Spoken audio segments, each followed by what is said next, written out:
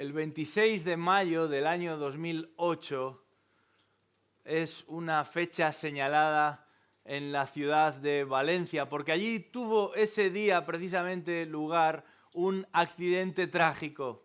Un accidente que provocó la muerte de 4 trabajadores que se ocupaban en la construcción de un estadio de fútbol. De repente, en apenas segundos, una estructura de más de 3.000 kilos de peso se desplomó, se vino abajo y los obreros que estaban sobre ella cayeron hasta 12 metros de altura. Las consecuencias fueron terribles, porque todos perdieron la vida en ese mismo acto. Y después de varios meses de investigación, los informes concluyeron que la estructura se vino abajo por un tornillo mal puesto en el andamiaje. Y resulta estremecedor pensar cómo la mala praxis con un tornillo, la mala posición de un tornillo, el mal uso de un solo tornillo, provocase una tragedia irreparable. En el texto que tenemos por delante en esta mañana, veremos cómo una mala praxis, cómo algo aparentemente pequeño, secundario, intrascendente, puede llegar a provocar una tragedia en términos espirituales irreparable. Os invito a abrir vuestras Biblias al capítulo 12 del Evangelio de Mateo y estaremos leyendo los versículos del 33 al 37. Mateo 12, versículo 33 al 37. Vamos a leer el texto. Dice así la palabra de Dios: o haced bueno el árbol y bueno su fruto, o haced malo el árbol y malo su fruto, porque por el fruto se conoce al árbol. Camada de víboras, ¿cómo podéis hablar cosas buenas siendo malos? Porque de la abundancia del corazón habla la boca. El hombre bueno de su buen tesoro saca cosas buenas, y el hombre malo de su mal tesoro saca cosas malas. Y yo os digo que de toda palabra vana que hablen los hombres, darán cuenta de ella en el día del juicio. Porque por tus palabras serás justificado y por tus palabras serás condenado. Hasta aquí nuestra lectura en esta mañana. Y hay textos que a veces son muy específicos y sin duda podemos apreciar y entender y aplicar en cierta medida lo que tienen que decir, pero la orientación es tan concreta, va dirigida a un grupo tan particular de personas que nos sentamos a escuchar la palabra de Dios y parece que no va con nosotros. Pero esto no va a suceder aquí en esta mañana. Hemos cerrado las puertas, así que ya nadie se puede ir y todos, de una manera o de otra, van a ser apuntados por el texto que acabamos de leer. Después de llevar a cabo un milagro impresionante, tanto como para haber dejado a la multitud boquiabierta, atónita, maravillada, Jesús se dedica a instruir a su audiencia, a enseñar a su audiencia. Una enseñanza que comienza en el versículo 25 de este capítulo 12 y continúa. Y lo hace como respuesta a los insultos, como respuesta a las descalificaciones de los fariseos. Una enseñanza que va a dejar a la multitud tan boquiabierta, tan atónita, tan maravillada como el milagro que la introduce. Como la sanación inmediata, instantánea de un mudo que además era ciego y por supuesto y tristemente estaba poseído por un demonio. Esta enseñanza magistral y al mismo tiempo crítica de Jesús va a poner en evidencia cuál es el verdadero problema de los fariseos, pero también el de todos nosotros. Jesús acaba de advertirles a los que les escuchan acerca del peligro en el que se encuentra. Porque le están acusando de actuar como un emisario, como un enviado, como un delegado de Satanás. Con el fin de apartar y de desviar y de alejar a las multitudes de la persona de Jesús es que están actuando así. Con el fin de distorsionar y de confundir la verdadera identidad de Jesús es que están actuando así. Pero las palabras de los religiosos, las palabras de los estudiosos, solamente revelan lo que genuinamente, pero internamente se encuentra dentro de sus corazones.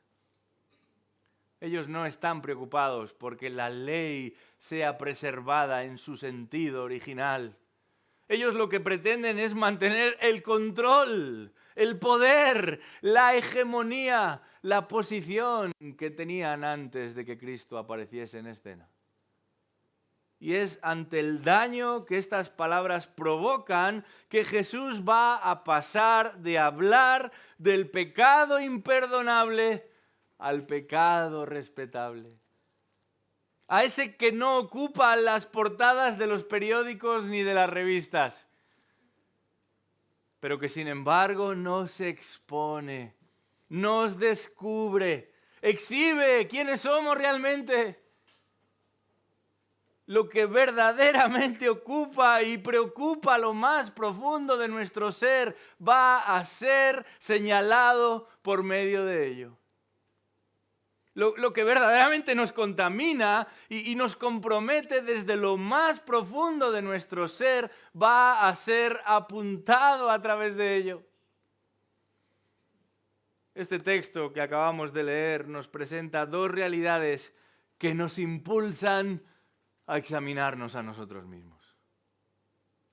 Son las siguientes: la condición del corazón y la comunicación del corazón. Y deberían estar tomando nota de lo que voy a decir en esta mañana, porque nos afecta a todos sin excepción. Comencemos por la primera de ellas, la condición del corazón. Jesús está cansado ya de la hipocresía, del fariseísmo de los fariseos.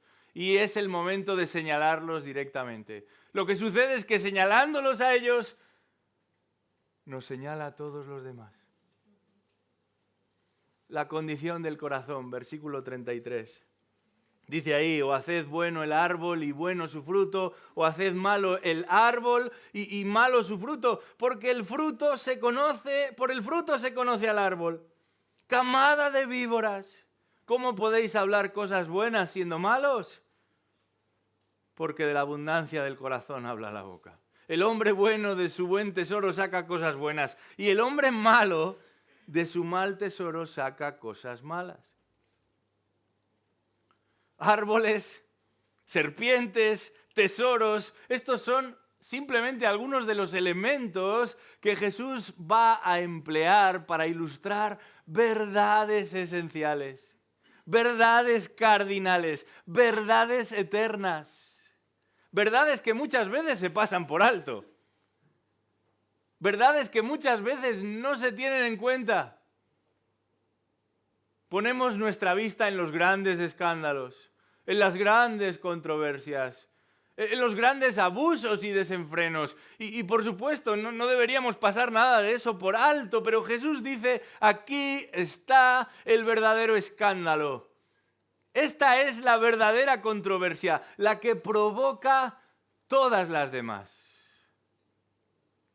De nuevo, debemos colocarnos en el lugar de los oyentes de Jesús en aquel día. Unos oyentes que viven y que sobreviven porque comen del fruto de los árboles.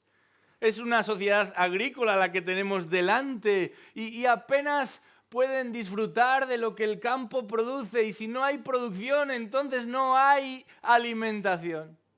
No tienen fábricas. No cuentan con la tecnología que nosotros tenemos a nuestro alcance hoy. Si no hay fruta, no hay comida.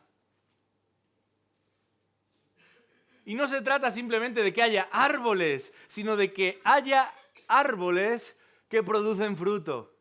y que ese fruto sea buen fruto. De otra manera resultan inservibles, inútiles, baldíos, nulos. Y Jesús les llama a considerar y a examinar de dónde procede toda esa animadversión que están mostrando delante de Él, todo ese rechazo. Y por eso les dice, por el fruto se conoce al árbol. No podemos pasar por alto algo esencial aquí. Jesús está hablando o va a hablar a continuación de la importancia de cuidar la lengua, de la importancia de las palabras y de la verdad, de las palabras y de la honestidad, de las palabras y de la correspondencia entre lo que se dice y lo que realmente es. Y es en medio de esa conversación, es en medio de esa instrucción que Él va a llamar a los fariseos y a los escribas camada de víboras. Versículo 34, camada de víboras.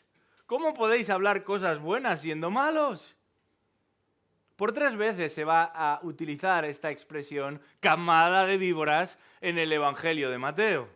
Por 3 veces se va a utilizar esta expresión camada de víboras en el Evangelio de Mateo para referirse a los escribas y fariseos.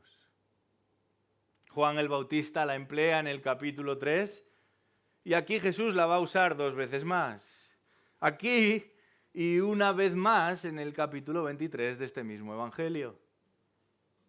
Y esta es otra manera de llamarles a ellos hijos del demonio. Porque ellos, los que acusan a Jesús de ser un enviado del demonio, un agente del demonio, no solamente trabajan para el demonio, sino que son sus hijos. Qué terrible pensar que no solamente estamos hablando de los más religiosos, de los que más se reúnen, de los que más se congregan, de los que dicen tener la fe más sólida y estable.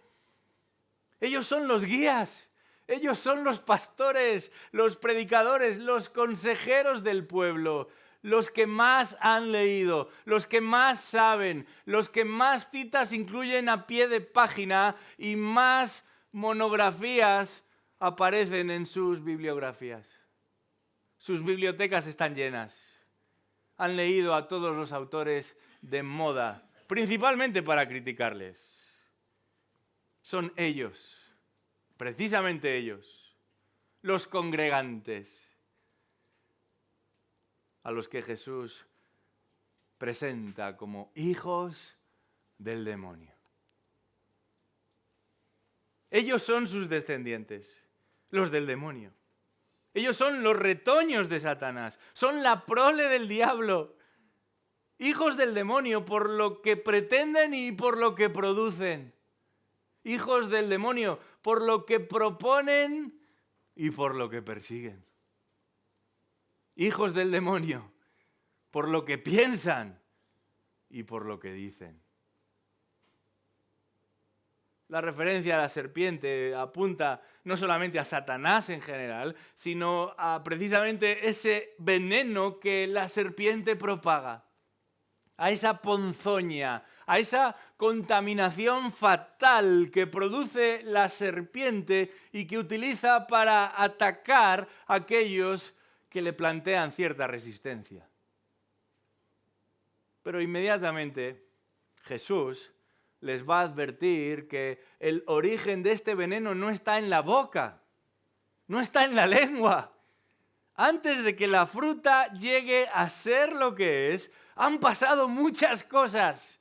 Bastante tiempo, por cierto. Son varios los procesos que tienen lugar en ese fruto, aún antes de que sea una sencilla y pequeñita, diminuta semilla. Para que llegue a la mesa y a la boca de quien está dispuesto a comérsela, han sucedido muchas cosas. ¿Y qué decir de su forma y de su color o de su sabor? Son resultado de cada uno de esos procesos que están teniendo lugar, no en la boca, sino en el corazón. No en la fruta, sino en el árbol. Del mismo modo, lo que sucede con nuestras palabras, dice Jesús, no comienza en nuestra boca, sino en nuestro corazón. No miramos simplemente a la boca, sino al corazón, porque es de la abundancia del corazón, de la plenitud, de la llenura, de lo que hay, de lo que sobresale del corazón, que habla la boca. En su oración final, para cerrar el Salmo 19, David dice, sean gratas las palabras de mi boca.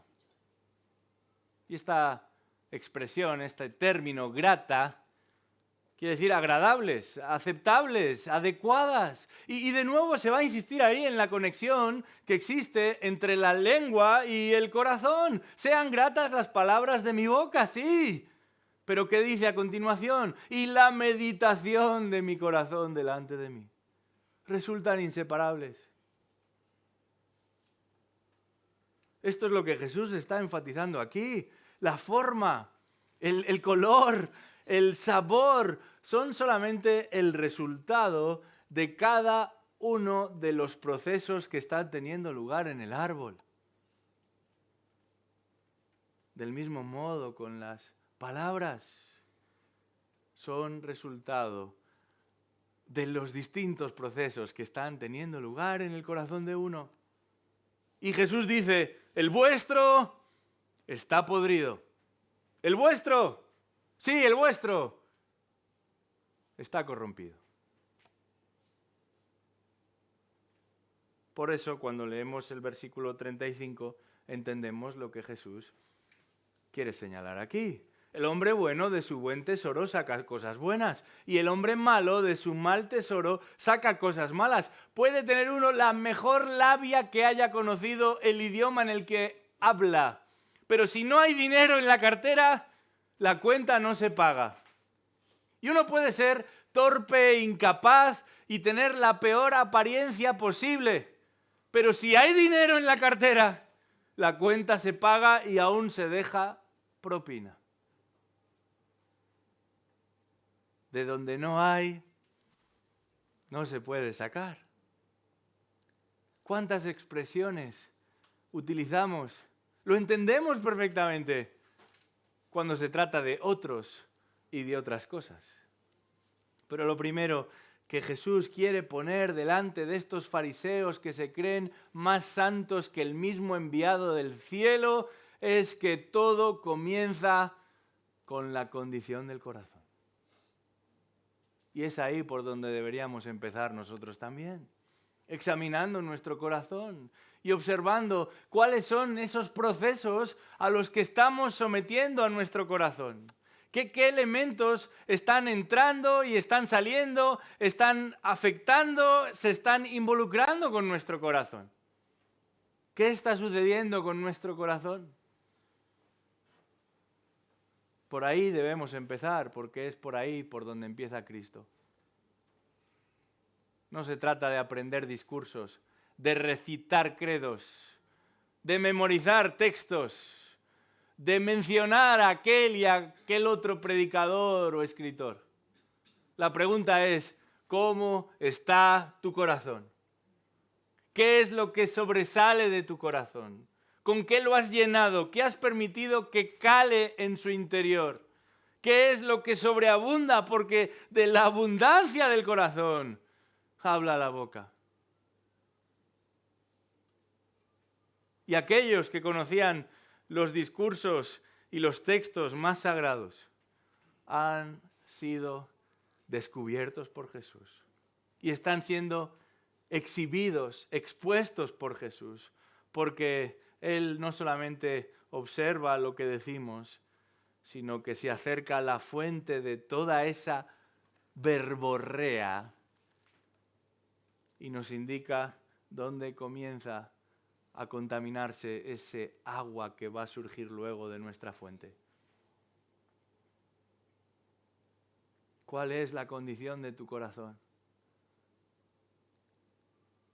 ¿Qué es aquello que lo estimula? ¿Hacia dónde se siente atraído? ¿Qué es lo que calma su ansia? ¿Y qué es lo que enciende sus deseos y anhelos? Por ahí debemos empezar, porque es por ahí por donde empieza Jesucristo. Y eso nos lleva directamente al siguiente elemento que este texto nos presenta, y pasamos de hablar de la condición del corazón a la comunicación del corazón.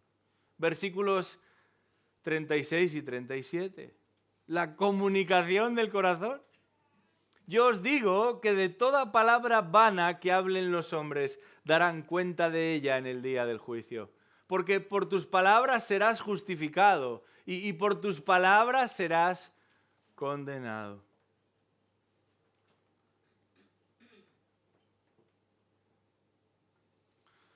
Hace algunos años se publicó un estudio en el que se concluía que existe una gran diferencia en las formas y modos de comunicación entre hombres y mujeres.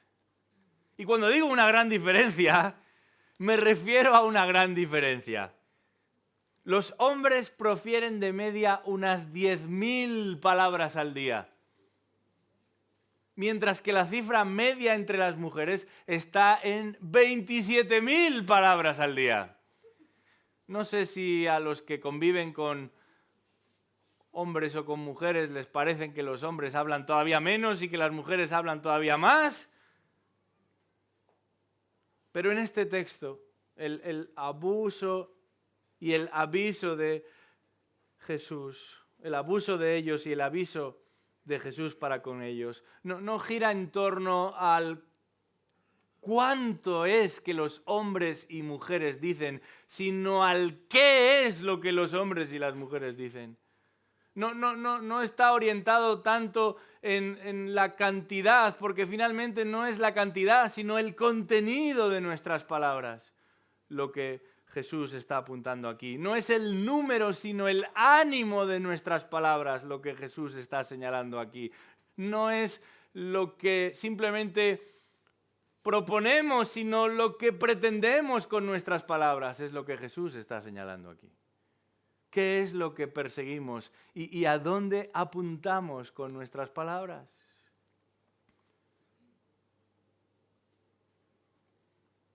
Y uno se pregunta, bueno, ¿tan importante resulta lo que decimos?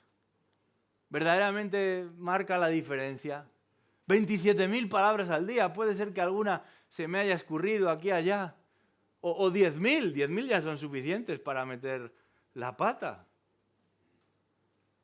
El Señor Jesucristo, la palabra encarnada, confirma que sí, que es importante, que es crucial, que es vital, que es esencial lo que decimos, porque lo que comunicamos es cuál es la condición de nuestro corazón.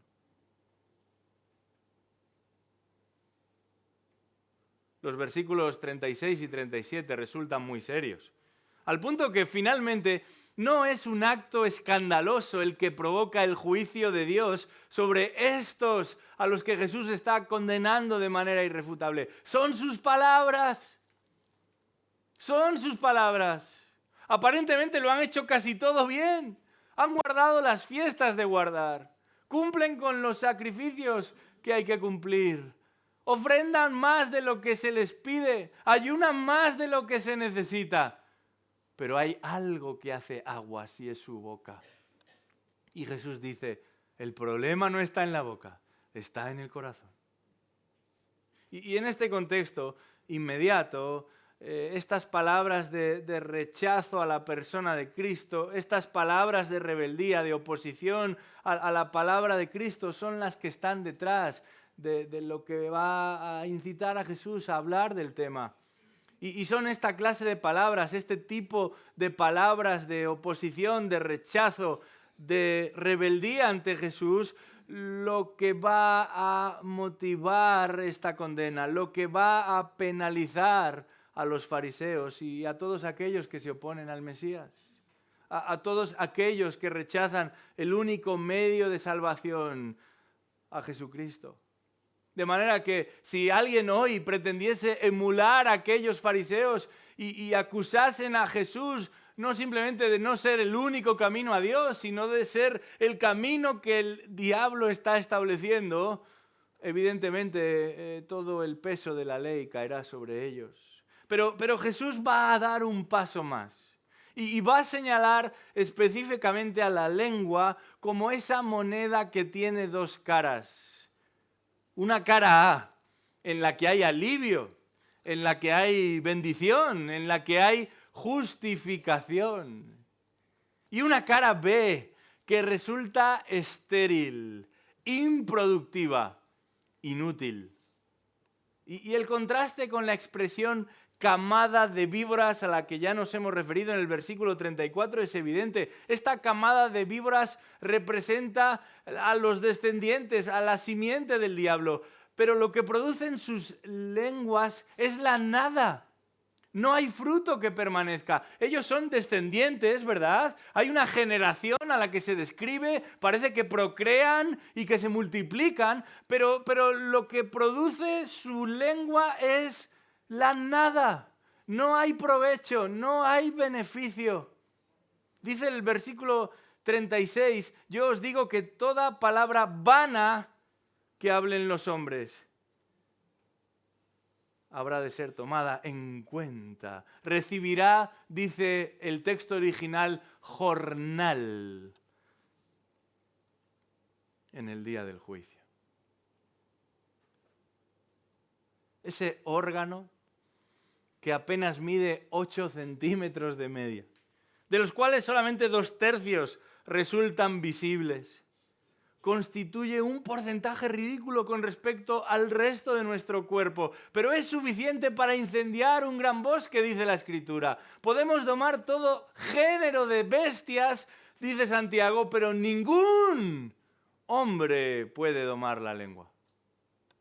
Es un mal turbulento y lleno de veneno mortal, dice Santiago en el capítulo 3.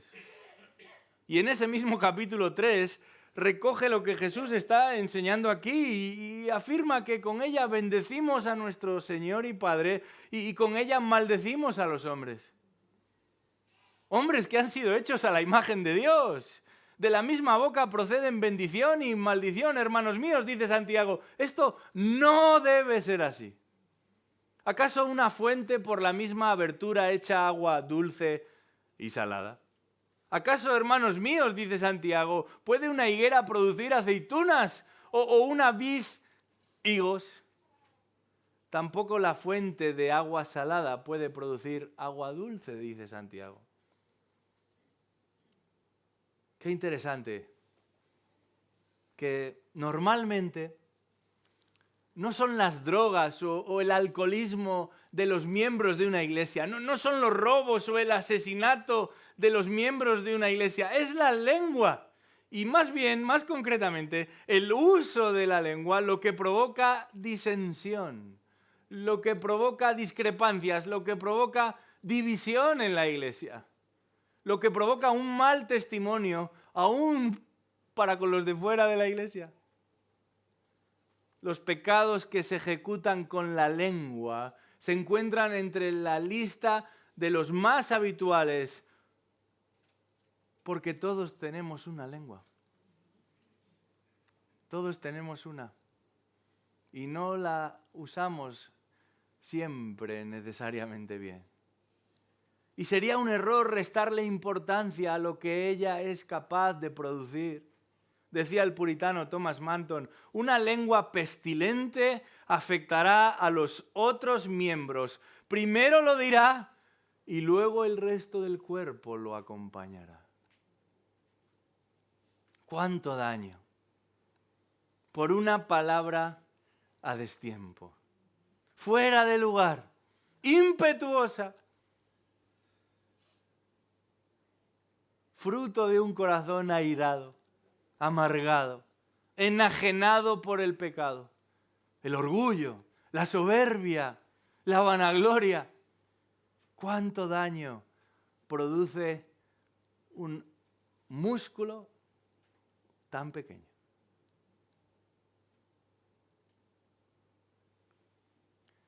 Yo os digo que de toda palabra vana que hablen los hombres, de toda palabra inútil, de toda palabra que no aporta nada, de toda palabra vana que hablen los hombres, darán cuenta de ella en el día del juicio. Y esta es una advertencia de carácter escatológico. No se limita a una corrección en el momento. Alguien ha hecho algo inadecuado y la persona responsable le llama la atención y le ayuda a volver al redil. No, está hablando del día del juicio. Un día en el que absolutamente todo lo que hemos dicho y aún lo que hemos pensado, porque dice el Salmo 139 que antes de que la palabra esté en nuestra boca, Él la conoce toda. Absolutamente todo será expuesto y saldrá a la luz. Deberíamos estar temblando. Pero no por el que tienes al lado, sino por ti mismo.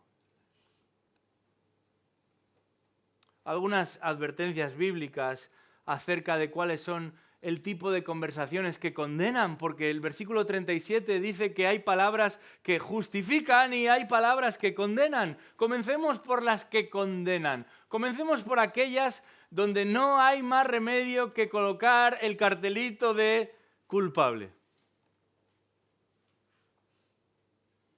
En realidad, todas estas advertencias bíblicas que voy a mencionar ahora están presentes en este pasaje del capítulo 12 de Mateo. Pero no solamente en este pasaje, sino a lo largo de la Escritura. Pero por muy habituales que resultan, por muy familiarizados que estemos con ellas, porque nosotros mismos somos partícipes de ellas, son mucho más serias de lo que parecen. El texto dice que son dignas de condenar, no en un momento determinado, sino en el día del juicio. Un mal uso de la lengua, según la Escritura, pasa en primer lugar, anótalo, por mentir. Por mentir. Y claro, la mentira se ha convertido en parte integral de nuestra comunicación. Las personas mienten todo el tiempo. La mentira forma parte de lo que la humanidad hace. Somos hijos, hasta que el Señor interviene, del padre de mentira. Y sabemos imitar muy bien a nuestro papá. Mentimos constantemente. Los niños mienten desde que aprenden a hablar. Y las personas se mueren mintiendo. Y a lo largo de toda una vida, constantemente, la mentira es un instrumento más que sirve como elemento comunicativo para siempre quedar en el lugar que nos merecemos, para esconder, para cubrir, para disimular aquellas faltas que nos dejarían en evidencia delante de los demás. Hablamos incluso de mentiras piadosas. Mentiras piadosas. Eso es un oxímoron, es una gran contradicción. Es como decir dormir despiertos. No puedes dormir despierto, o estás despierto o estás dormido. Es como decir muerto viviente, o no puede ser, o estás muerto o estás vivo. Mentiras piadosas. Qué gran contradicción de términos. No hay piedad en la mentira. No hay justificación en la mentira, solamente condenación. Y en el capítulo 21 de Apocalipsis, donde se está hablando de ese cielo glorioso, a continuación se describe el destino para los que no pertenecen de ninguna manera a ese cielo glorioso. ¿Y a quiénes se incluye en esa larga lista? En una lista terrible, en una lista abominable, en una lista vergonzosa y vergonzante. Dice ahí que los cobardes, incrédulos, abominables, asesinos, inmorales, hechiceros, idólatras, tendrán su herencia en el lago que arde con fuego y azufre, que es la muerte segunda. Pero antes de acabar esa lista de pecados bochornosos, hay uno que se incluye y es al que más tratamiento se le da.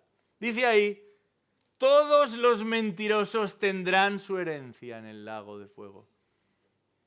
que arde con fuego y azufre, que es la muerte segunda. El padre de la mentira promueve la mentira en aquellos que son sus hijos, como si fueran lingotes de oro o zanahorias para el burro que tiene hambre, dice William Gurnall en su gran obra, La armadura del cristiano. Y nosotros las devoramos y luego las vomitamos en forma de mentira.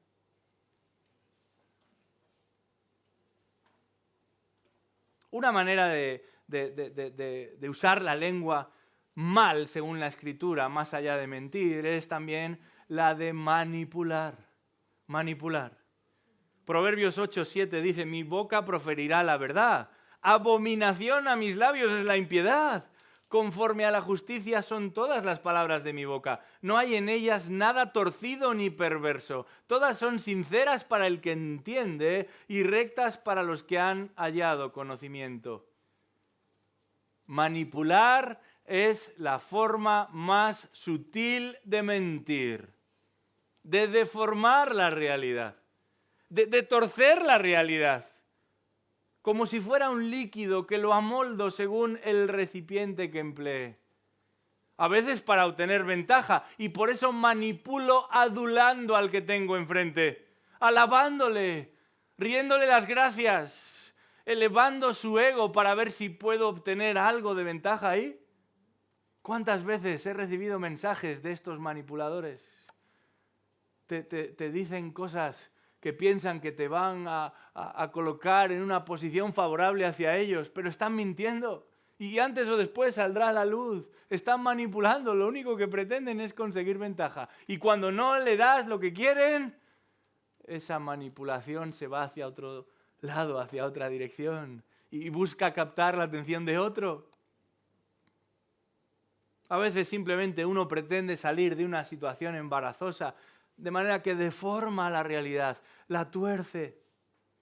Y la pregunta que debería hacerme cada vez que abro mi boca es, ¿estoy construyendo mi propio relato? Esa palabra que hoy en día resulta tan popular. ¿Mi propia versión de los hechos? ¿Es mi verdad lo que estoy presentando o es la verdad? Porque no es cuestión de hablar de mi verdad y de tu verdad, es cuestión de hablar de la verdad. La verdad es tan transparente como un cristal que ha sido perfectamente limpiado. Y desde ambos lados se observa exactamente lo mismo. Mentir, manipular, son dos maneras de utilizar la lengua de manera condenatoria. Pero hay otra más sutil todavía que la de manipular y es la de malmeter. Malmeter. Eso no resulta tan grave, ¿verdad? Pues sí. Sí resulta grave.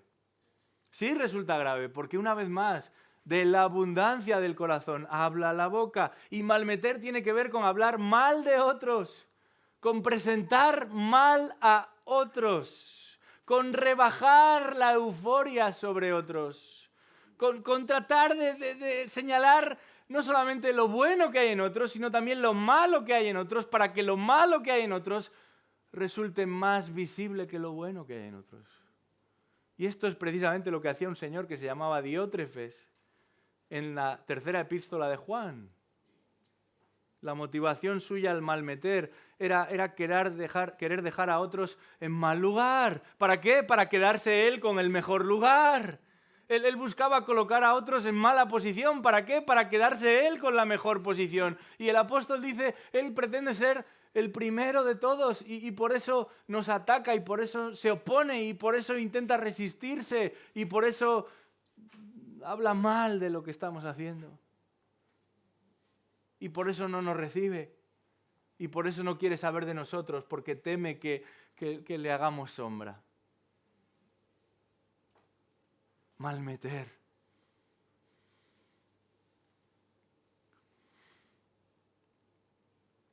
Mentir, manipular, malmeter. Otra de las maneras en las que usamos la lengua condenatoriamente, pecaminosamente, es maldecir. Es maldecir. Y maldecir incluye blasfemar, como en este pasaje, pero también el usar malas palabras. El otro día se hacía viral el comentario de una influencer que tanto abundan. que explicaba cómo en el colegio habían corregido a su hijo, un niño de 4 o 5 años, y le habían corregido por decir palabrotas. Y ella se burlaba de la corrección y se jactaba de que todavía las sabía peores. Esto es común en medio de nosotros. Usamos los insultos como bromas. Utilizamos las malas palabras para reírnos. No hay chiste que se precie donde haya que incluir algo que esté fuera de lugar. Pero no puede ser nuestra práctica como cristianos. Los tacos, las malas palabras, son tan comunes entre nosotros que hasta hay predicadores que las utilizan desde el púlpito. No puede ser una práctica entre nosotros. Que ninguna palabra vana salga de vuestra boca, dice Efesios 4, versículo 29, sino la que vaya a ser de edificación, apropiada para el momento. Ninguna palabra sucia, dice Pablo, corrompida, podrida, estropeada. Uno no añadiría un ingrediente en mal estado a una receta, porque va a afectar al contenido del plato. Pero nosotros aderezamos constantemente nuestro hablar con términos que quizás no sean los más apropiados. Y Jesús en el Sermón del Monte les dice a sus discípulos: no pienses que el problema está en el acto de asesinar, sino en el acto de despreciar, hasta el punto de que seas capaz de insultar a tu prójimo llamándole tontorrón. Eso eleva el estándar mucho más allá de lo que nuestra boca parece indicar en tantas ocasiones.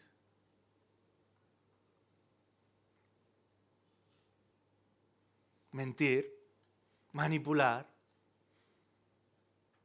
malmeter, maldecir, menospreciar. En Mateo capítulo 13, versículo 55 en adelante, encontramos un buen ejemplo de esto, porque observamos cómo los que están alrededor de Jesús se burlan de Jesús y lo menosprecian. Mateo 13, 55. Y empiezan a decir eso de, bueno, ¿no es este Jesús el hijo del carpintero? ¿No es su madre esta María que anda por aquí y sus hermanos y sus hermanas estos otros que andan por allí? ¿Qué va a enseñarnos este? ¿Qué va a decirnos este? No hacemos nosotros eso tantas veces con otros. Ya no solo a los que se presentan en una plataforma, sino entre nosotros. Alguien quiere hacer un comentario y rápidamente otro le dice, bueno, ¿y tú qué sabes? ¿Y tú qué tienes que decir aquí de esto? ¿Y qué experiencia tienes tú? ¿Qué vienes a contarme tú a mí? Y no tenemos problema en hacerlo públicamente y en dejar a esa persona en evidencia. Nos menospreciamos constantemente. Y estamos deseando que la otra persona falle para señalarle con el dedo y decirle, ¡te lo dije! ¿Ves cómo no tenías ni idea de lo que estabas diciendo? Te hemos hecho caso, no te volvemos a hacer caso. Eso forma parte de nuestra manera de lidiar con los demás, pero no tiene cabida. Es un mal uso, es un uso pecaminoso de nuestra lengua. No nos fue dada para eso. Es un uso condenatorio de la lengua. Pero hay más. Y podemos hablar de mentir, y podemos hablar de manipular, y podemos hablar de malmeter, y podemos hablar de maldecir, y podemos hablar de menospreciar, y tenemos que hablar también de murmurar. Murmurar. Santiago 4:11, hermanos, no habléis mal los unos de los otros. ¿Y por qué tiene que escribir esto Santiago? Porque ellos y nosotros hablamos mal los unos de los otros. Y la pregunta sería la siguiente: ¿cómo hablamos de otros cuando no están presentes entre nosotros? ¿Los ponemos de vuelta y media? ¿O tratamos de ser justos en nuestras valoraciones? ¿Podrían escuchar lo que estamos diciendo sin ofenderse por la manera en la que lo estamos diciendo? Quizás la verdad que estamos reflejando es incómoda, es desagradable, es fea, pero en la manera en la que la estamos expresando, la otra persona no encontró ofensa. Y sin embargo, no solamente lo que decimos, sino cómo lo decimos, muchas veces resulta una bomba, al punto de que si por lo que sea la otra persona está escuchando en el teléfono, nuestro mundo se viene abajo. Hemos perdido totalmente a esa persona. Ahora que está tan de moda todo este tipo de dispositivos a los que les pedimos que nos pongan una canción y nos enciendan la luz y nos apaguen la televisión, a veces estos dispositivos hacen lo que no nos gustaría que hiciesen. Y no hace tanto tiempo atrás, una familia, un matrimonio, estaba hablando mal de otro matrimonio y dijeron el nombre de ese matrimonio y el aparatito llamó por teléfono a ese matrimonio y todo lo que estaban hablando estaba siendo escuchado por ese matrimonio. Sí, claro, nos reímos porque no éramos nosotros. Pero imaginaros la vergüenza. Y lo peor de todo no es la vergüenza. Es lo que estaban diciendo, que provocaba esa vergüenza. Esto sucede incluso entre muchos predicadores y teólogos que quieren defender su postura a costa de manipular a los que tienen enfrente. Y no son justos con sus valoraciones. Eso está mal. Y no me importa cómo se llame la persona que lo haga. Si lo que tienes que decir es verdad, no necesitas deformar ni señalar de una manera pecaminosa al otro. Bueno, la larga lista de malas maneras de utilizar la lengua continúa y hay una más que quisiera mencionar. Es la de molestar. Molestar. Molestar con nuestra lengua. Proverbios 15, 14. El corazón inteligente busca conocimiento, mas la boca de los necios se alimenta de necedades. Y esto es lo que hacen muchas personas. Siempre están burlándose de otros en tono socarrón. Aparentemente no hay maldad en ello, pero están molestando a los demás. No necesariamente con palabras malsonantes, pero el que se limita a esto de molestar al que tiene al lado, de vacilar al que tiene al lado, del sarcasmo para con el que tiene al lado, de continua ironía para el que tiene al lado, no está más que fomentando la necedad, dice el proverbio. No solamente no alimenta lo que dice, sino que provoca desnutrición. Esto es justamente lo opuesto a lo que hemos mencionado que sucede en Efesios 4, versículo 29. No utilicéis ninguna palabra inapropiada, sino la que vaya a ser de edificación en el momento. Que ninguna palabra vana, inútil, torpe, fuera de lugar, salga de vuestra boca.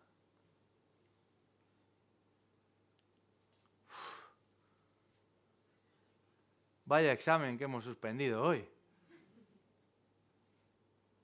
Porque de una o de otra manera todos fallamos en esto. No estamos dándole el uso que nuestra lengua ha de llevar a cabo.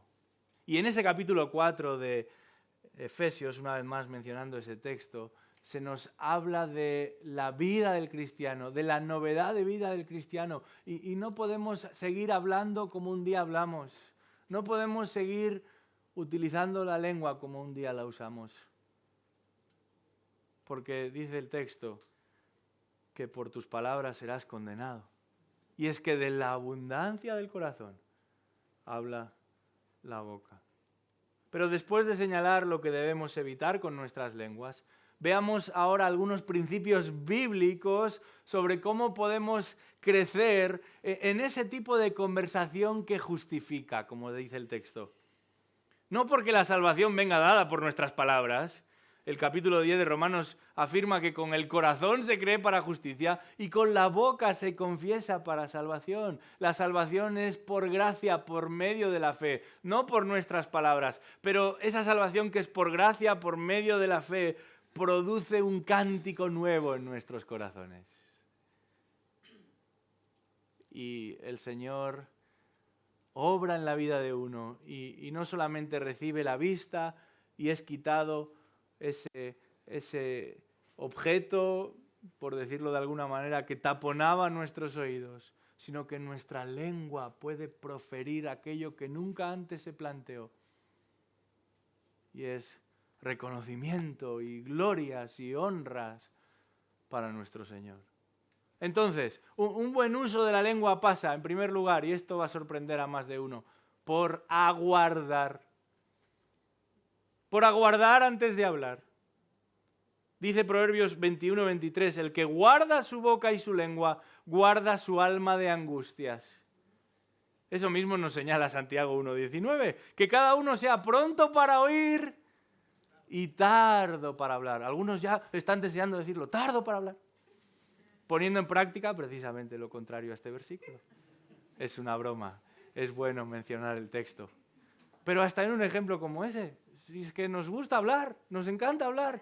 No vivimos en Finlandia, ni en esos países de allá arriba que se encierran solos, iba a decir en su iglú, tampoco es que vivan en iglús, pero no tienen problemas en no comunicarse. Nosotros nos comunicamos. Y sin embargo, en el texto bíblico, una y otra vez, nos damos de bruces con pasajes donde se nos exhorta a guardar silencio. Salmo 4:4, temblad y no pequéis, meditad en vuestro corazón sobre vuestro lecho y callad. Y callad. En el capítulo 53 de Isaías, en medio de esa descripción gloriosa acerca del siervo sufriente, de ese Mesías rechazado, despreciado, no estimado, en varias ocasiones se nos va a hacer referencia al uso que ese Mesías hizo de su boca. Y se nos insiste en su prudencia, y hasta 2 veces se nos señala que no abrió su boca, a pesar de ser injustamente tratado, a pesar de ser violentamente tratado. Y cuando la abrió, dice el texto, lo hizo para afirmar la verdad, para decir la verdad, para expresar aquello que se corresponde con la realidad. Por eso el profeta termina diciendo, no se halló engaño en su boca. No hace falta dejar nuestra firma en todo momento, hermanos. No hace falta poner la puntilla en cada momento. Aguardemos para hablar cuando tengamos algo que decir o algo que escribir, porque esto también incluye lo que escribimos con nuestros dedos. A veces pienso que el WhatsApp es un invento del diablo. Sin duda resulta muy útil, pero cuántas tonterías y necedades se escriben y algunas veces se borran, pero ya las hemos leído. Esto que decimos de la boca afecta también a nuestros deditos. Mantengamos los deditos en el bolsillo y hasta que no estemos seguros de que lo que vamos a decir va a ser de edificación para otros, y cuando digo edificación no me refiero a manipulación de otros. ¿Qué es lo que me motiva a mí a escribir al hermano? ¿Qué es lo que estoy buscando? ¿Puedo orar por esa persona en silencio y sin decirle nada al respecto? ¿O entonces dejo de orar y me busco a otro al que sí se lo pueda contar?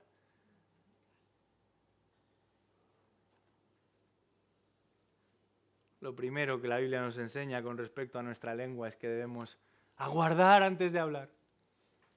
Pero hay algo más. Y el texto bíblico es claro con respecto a eso. Un uso justificatorio, por decirlo de alguna manera, que confirma que hemos sido tocados por la mano de Dios para salvación, es el de usar nuestra lengua para alabar. Alabar.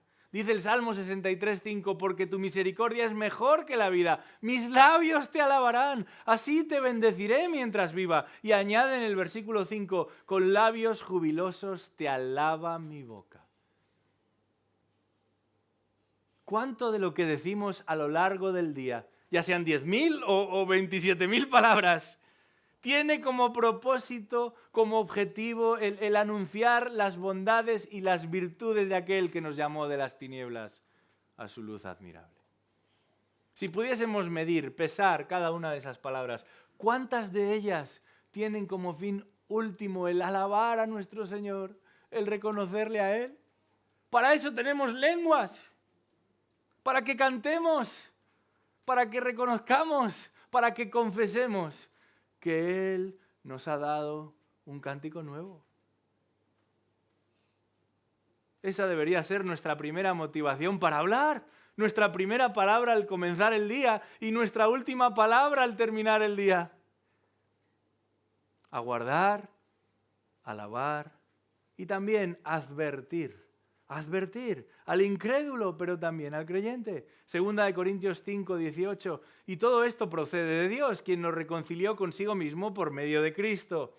Y nos dio el ministerio de reconciliación.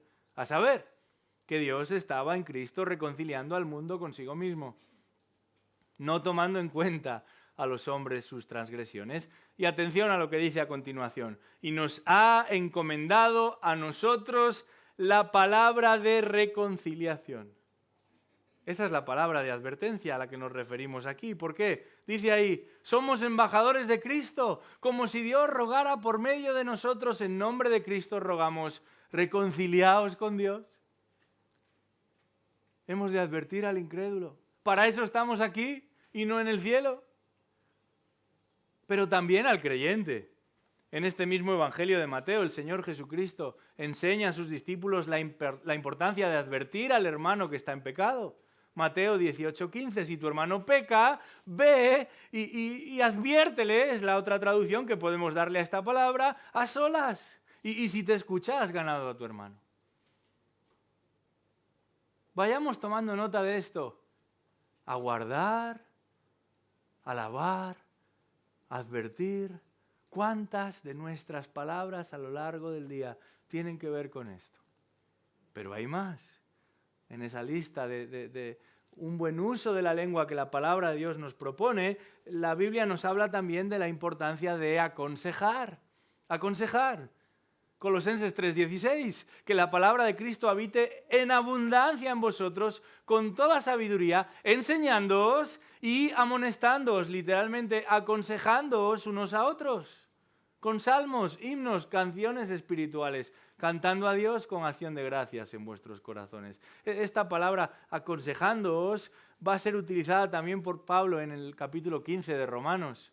Romanos 15, 14, insiste ahí una vez más. En cuanto a vosotros, hermanos míos, yo mismo estoy también convencido de que vosotros estáis llenos de bondad, llenos de todo conocimiento y capaces también de aconsejaros los unos a los otros. Qué interesante esa conexión con el corazón, con el estar llenos. ¿De qué? De bondad, siendo ese árbol bueno, de conocimiento, recibiendo esa agua que procede de la palabra de Dios. Y entonces sí, dice el apóstol, capaces de aconsejaros los unos a los otros. Si el corazón no estuviese saturado de la verdad, si el alma de la persona no hubiera sido alcanzada por la bondad y benignidad del Señor, no tendría nada de qué aconsejar a otros. Pero es la palabra de Dios, como en Colosenses 3:16, la palabra de Cristo, la que nos permite acercarnos al hermano y ayudarle por medio de este consejo. Porque no es nuestro consejo, es la palabra de Dios. Aguardar, alabar, advertir, aconsejar, también animar. Animar es el siguiente. Primera de Tesalonicenses 5:11. Os exhortamos, hermanos, a que amonestéis, aconsejéis a los indisciplinados y animéis a los desalentados. Y la idea es la de consolar. Como los amigos y familiares de María la consolaron cuando se murió su hermano Lázaro. Se utiliza esta misma expresión. Hacemos más falta en la casa del luto que en la casa del banquete. Porque nuestros ánimos no proceden de nuestra experiencia, de nuestra filosofía de vida, sino de la palabra del Dios de toda consolación. ¿Cuánto necesitamos el ánimo de nuestros hermanos? Un ánimo fundado en las verdades bíblicas. No simplemente se trata de dar buenos deseos. Alguien ahí que ya ha recibido el aviso del doctor que va a fallecer y llega un cristiano y le dice, no te preocupes, te vas a poner bien. Eso no es el ánimo del que nos habla la Escritura. El ánimo del que nos habla la Escritura es el ánimo que procede de la palabra de Dios. Porque ese es el ánimo que nos hace bien. Ese es el ánimo que es puro y que es verdadero y que es excelente y que trae consuelo para el corazón. Hay algo más, además de a guardar, además de alabar, además de advertir, además de aconsejar, además de animar. Y no comienza por la letra O, por la letra A, perdón, comienza por la letra O, pero es igualmente importante. Primera de Tesalonicenses 5:17, orad sin cesar. Orad sin cesar. Si nos cobraran por hablar, ¿cuánto pagaríamos por orar? Si tuviésemos que meter una monedita dentro de una hucha cada vez que decimos una palabra, ¿cuántas moneditas introduciríamos en la hucha de la oración privada? No de la pública, de la privada. Porque algunos pagarían por subirse aquí y se pondrían 3 o 4 micros y no dejarían de hablar. No hablamos de eso, hablamos de hablar con Dios. Podemos presentarnos con confianza ante el trono de la gracia. Lo estamos haciendo. Y cuando lo hacemos, ¿de qué asuntos oramos? ¿Sobre qué temas son de los que hablamos? ¿Qué es lo que nos ocupa? ¿De qué hablamos? ¿Y con quién hablamos? Nuestras oraciones dicen mucho más de nosotros de lo que podemos pensar. Y sabes, tú no eres el que se prepara para salir para una cena. Eres el que está orando. Ese eres tú realmente. Cuando vas a salir a una cena te vistes con tus mejores galas, te maquillas, ahora ya se maquillan hasta los hombres. Te preparas, vas a la peluquería, te cortas el pelo, te afeitas. Tú eres el que en lo íntimo y lo privado de tu habitación estás hablando con Dios. Esa es la medida de tu persona. Qué bajitos somos, ¿verdad? Qué pequeñitos. Y sin embargo tenemos el privilegio de poder usar una lengua que Dios nos ha dado de manera pura, limpia, de manera justa, como este texto de Mateo 12 nos enseña. Se calcula que existen unos 100.000 refranes en español. Y uno de los más populares es el de las palabras se las lleva el viento. En realidad la versión original decía algo así como palabras y plumas el viento se lleva. Sin embargo, este texto que hemos expuesto en este día, en Mateo capítulo 12, nos enseña todo lo contrario. El Dios que todo lo sabe, el Dios que todo lo conoce, toma en serio lo que decimos. Y nosotros deberíamos tomar en serio lo que decimos también. Porque lo que decimos confirma lo que somos, confirma lo que amamos, confirma a lo que aspiramos. ¿Qué uso estás haciendo de tu lengua? ¿De qué hablas? ¿Y en qué términos lo haces? ¿De qué manera hablamos de otros y aún de Dios y de su obra, de sus siervos, de sus hijos? Al cristiano no se le puede calentar la boca, porque lo que decimos y cómo lo decimos revela lo que verdaderamente hay en nuestro corazón. Que el Señor nos ayude. Examinémonos a nosotros mismos, midamos nuestras palabras, porque cuando el Señor nos salva, transforma nuestros corazones, pero también nuestra boca. Y que Él permita que todos los que estamos aquí y confesamos a Jesucristo como nuestro Señor, tengamos también fruto de labios que confiesan su nombre. Vamos a orar. Señor y Padre Celestial, en este día te damos las gracias por tu palabra y nos acercamos a ella no señalando a los fariseos, sino confesando la necesidad que tenemos de que tú limpies nuestras bocas, que tú purifiques nuestro hablar, que tú sigas domando nuestro corazón para que toda palabra que sale de nuestra boca sea agradable delante de ti y de bendición para otros. Te pedimos, oh Señor, que tú nos ayudes a hacer un ejercicio serio de introspección espiritual, que podamos evaluar y analizar aquellas áreas en las que no estamos haciendo un buen uso de la lengua y nos arrepintamos. Y al mismo tiempo, que comencemos a buscar el glorificarte también con nuestra lengua y hagamos un uso honroso de ella. Permítenos, oh Señor, el producir un fruto que te glorifica, también en nuestra manera de hablar. Pedimos esto en el nombre de Cristo Jesús. Amén.